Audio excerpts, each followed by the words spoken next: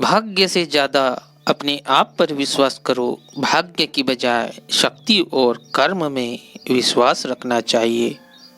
जीवन में गृहस्थ जीवन कितना महत्वपूर्ण है और इसे हमें किस तरह जीना चाहिए, इसके नियम क्या है, ये हमें क्या सिखाएंगे, इसे जानने के लिए हमारे इस वीडियो को अंत तक पूरा जरूर देख लीजिए।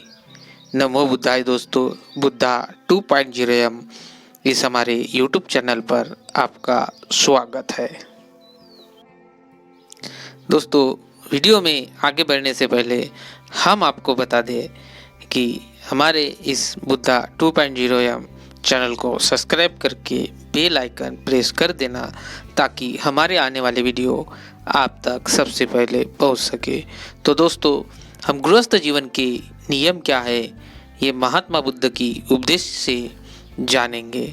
तो चलो शुरू करते हमारा आज का वीडियो। इस विषय में भगवान बुद्ध के विचार उस सुसुप्त में आ गए हैं जो श्रृंगाल को दिया गया था। उपदेश ये श्रृंगाल को महात्मा बुद्ध ने दिया था। उस समय भगवान बुद्ध राजगृह के वेलुवन में कलंदक निवाप में विहार कर रहे थे। जब उस समय गृहपति पुत्र तरुण श्रृंगाल समय से उठा और राजगृह से बाहर जाकर केस गीले वस्त्र दोनों हाथ ऊपर उठाकर जोड़े हुए पृथ्वी पर और आकाश की सभी दिशाओं में वो नमस्कार करने लगा। पूर्व पश्चिम उत्तर दक्षिण तथा ऊपर नीचे इन सभी दिशाओं में वो नमस्कार करने लगा।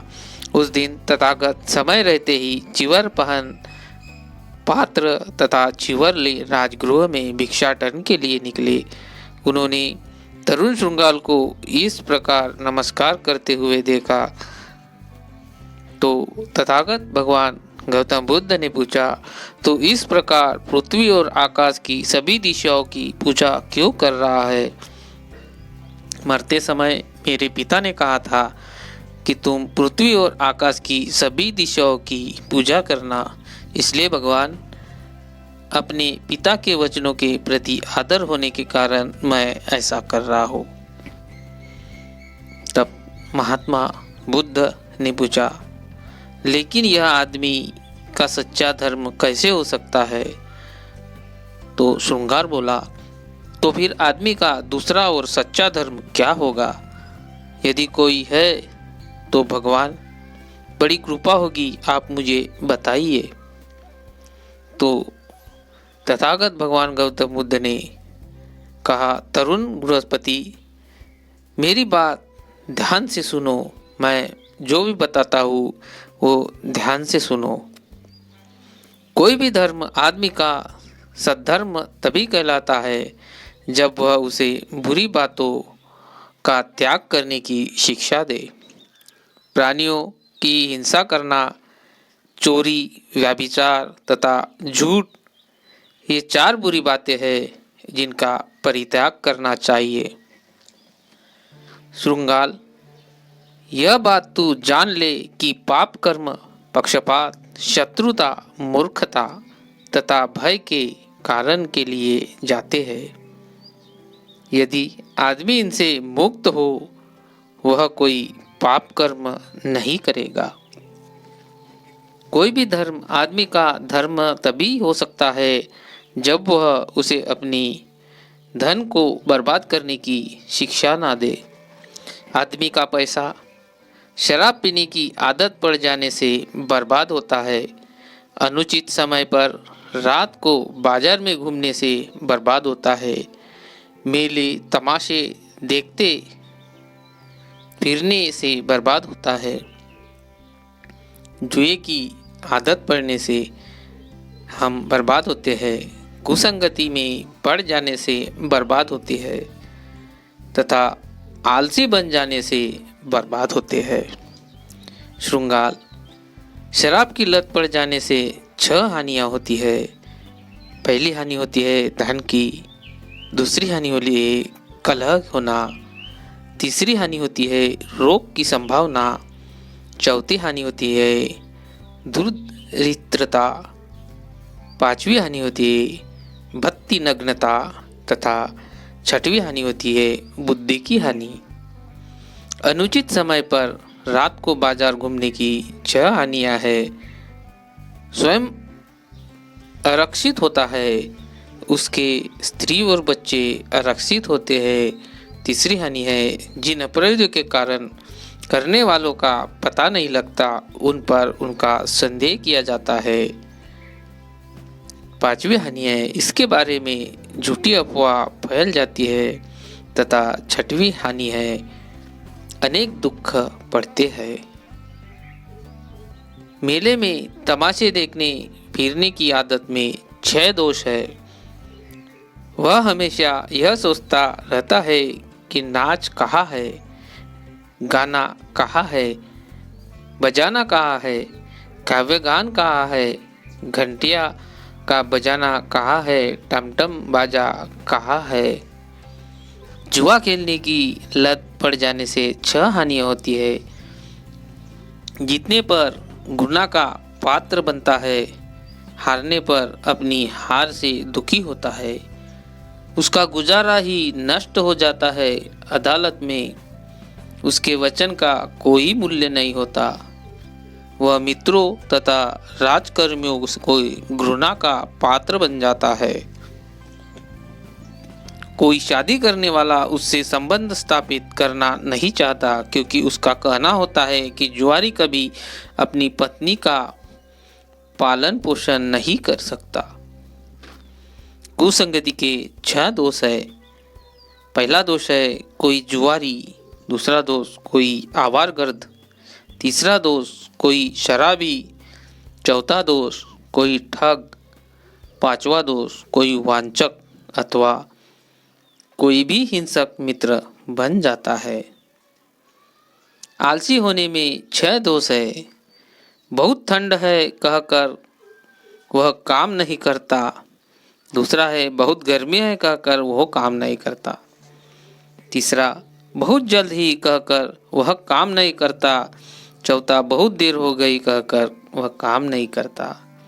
पांचवा बहुत भूख लगी है ये कहकर काम नहीं करता तथा बहुत खा लिया कहकर काम नहीं करता। और क्योंकि जो उसे करना चाहिए था वह सब बिना किया ही रहता है, इसलिए वह कुछ भी नहीं करता और कुछ भी अर्जित नहीं कर सकता। जो अर्जित रहता है वह भी नष्ट हो जाता है। कोई भी धर्म आदमी का सद्धर्म तभी कहलाता है जब वह आदमी को 6 बुरे मित्र की पहचान कराए। 4 जनों को मित्र रूप में शत्रु समझना चाहिए। पहला, जो लोभी हो। दूसरा, जो कहता हो लेकिन करता ना हो। तीसरा, जो खुशामदी हो। चौथा, जो फजूल खर्ची का साथी हो। ये 4 बुरे मित्र के लक्षण है। ये आप ध्यान में समझ लीजिए और अपने जीवन में इन लोगों को कभी अपने पास भटकने भी मत देना। इनमें से प्रथम को इसलिए मित्र के रूप में शत्रुता समझना चाहिए क्योंकि वह लोभी होता है। वह देता कम है और मांगता अधिक है। वह जो कुछ करता है वह भय के मारे करता है। वह अपने स्वार्थ का ही ध्यान रखता है। जो कहता है किंतु करता नहीं, उसे भी मित्र रूप में शत्रु समझना चाहिए क्योंकि वह अपनी भूतकाल की मित्रता की बात करता है। वह भविष्य में मैत्रीपूर्ण व्यवहार की बात करता है।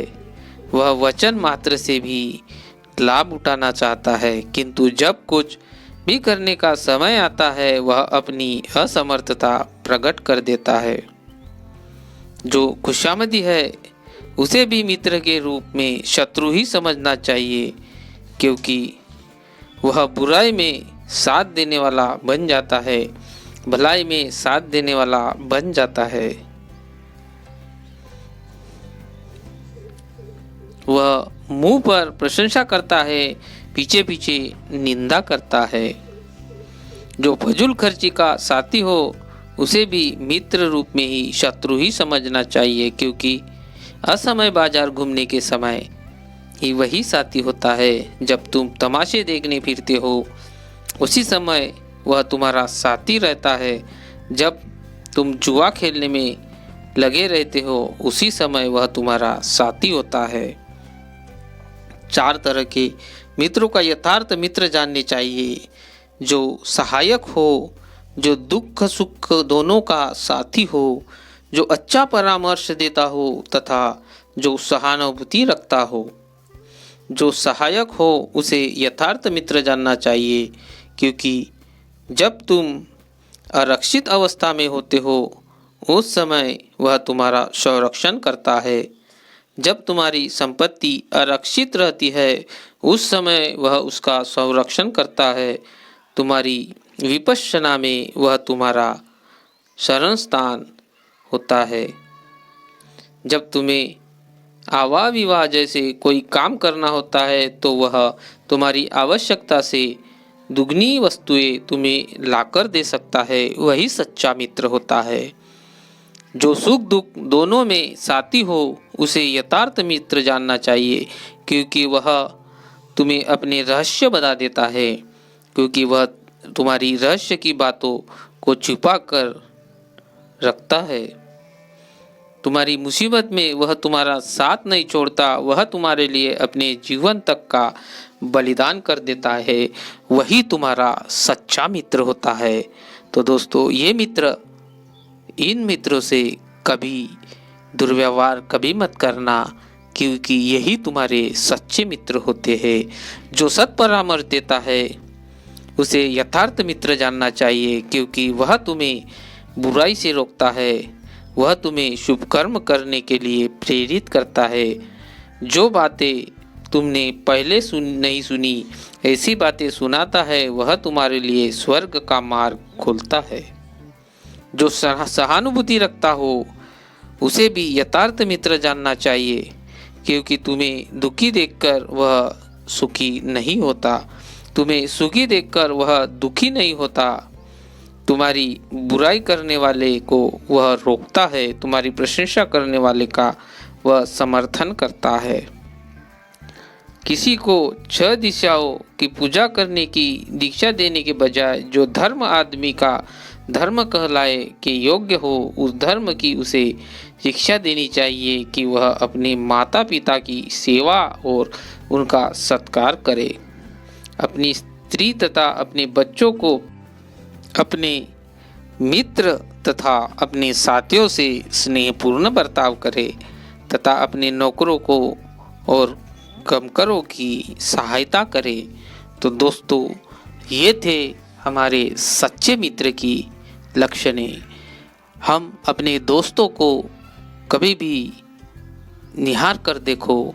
जो दोस्त तुम्हें अच्छा लगता हो उसी को साथ देना।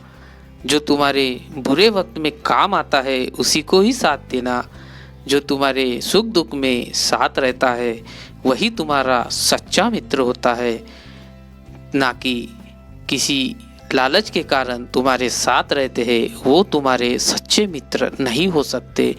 जो लालच के कारण साथ रहते हैं वो हमारे बुरे ही मित्र रहते हैं। अगर आप पर कोई संकट आता है तो वो पीछे चले जाते हैं और सच्चा मित्र ही आगे आता है।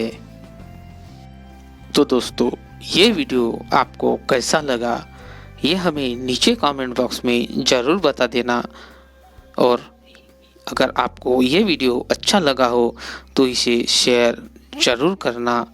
और अभी तक आपने वीडियो को लाइक और चैनल को सब्सक्राइब नहीं किया हो तो कर दीजिए, ताकि हमारे आने वाले वीडियो आप तक सबसे पहले पहुंच सके। तो दोस्तों, आप जहां भी रहे खुश रहे, खुशियां बांटते रहे और बुद्ध ज्ञान प्राप्त करते रहे। तो मिलते हैं अगले वीडियो में नए टॉपिक के साथ, नए उपदेश के साथ। तब तक के लिए नमो बुद्धाय। जय हिंद, जय भीम।